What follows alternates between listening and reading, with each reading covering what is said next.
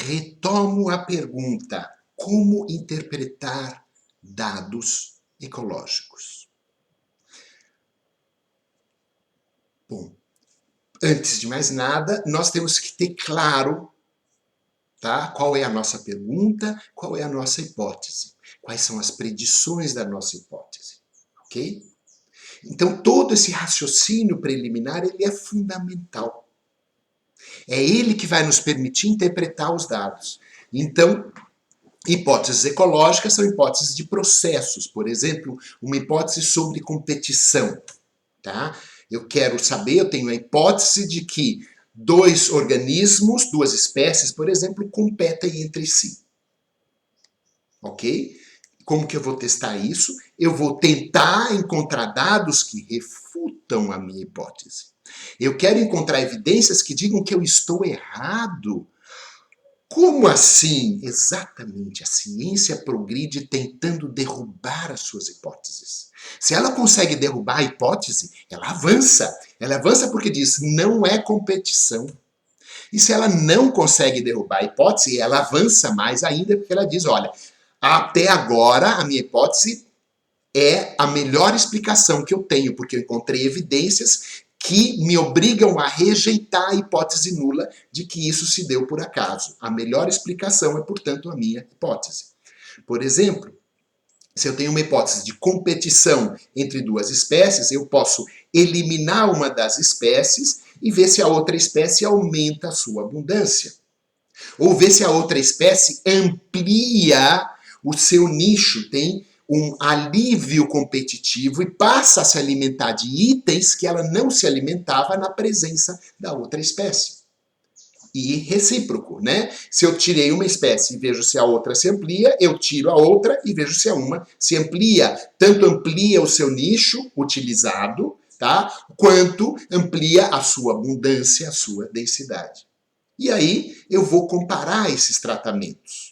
O tratamento que tem, eu preciso ter o controle, que é o quê? Não faço nada.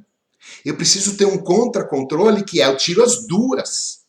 E eu tenho o tratamento sem a primeira espécie, sem a segunda. Vocês se lembram daquele exemplo de competição entre formigas e roedores, os granívoros do deserto? Como foi importante eles não só fazerem uma abordagem manipulativa, como uma abordagem manipulativa a longo prazo. A curto prazo, eu tenho uma resposta que favoreceu a explicação de competição por recurso, de competição por exploração de recurso.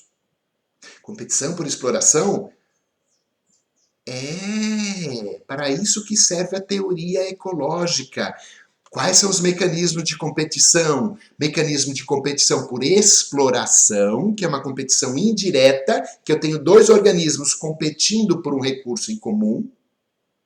E a competição por interferência, em que eles se agridem mutuamente, eles interagem mutuamente, seja por comportamento agressivo, seja por produção de toxina, antibiose, alelopatia, ok? Muito bem, nesse caso, no caso dos granívoros do deserto, foi testada a hipótese de competição por exploração. E a curto prazo se encontrou evidências de que, tanto retirando-se as formigas, aumentaram os roedores, quanto retirando-se os roedores, aumentaram as formigas. Só que a longo prazo, descobriram que há uma facilitação indireta. Porque nos lugares em que retiraram os roedores, as formigas a longo prazo diminuíram a sua abundância. E aí foi fundamental o tratamento que retiraram os dois e acompanharam as plantas. E viram o quê? Que quando retiraram os roedores, as plantas de sementes grandes, que são as preferidas pelos roedores, cresceram. E essas plantas competem com as plantas pequenas. E, portanto, prejudicaram as plantas que produzem o recurso das formigas. Então, os roedores, embora a curto prazo tenham uma interação de competição por exploração com as formigas, a longo prazo ou de forma indireta, tem um efeito de facilitação, porque eles utilizam exploram, consomem o recurso que é competidor de parte do recurso das formigas.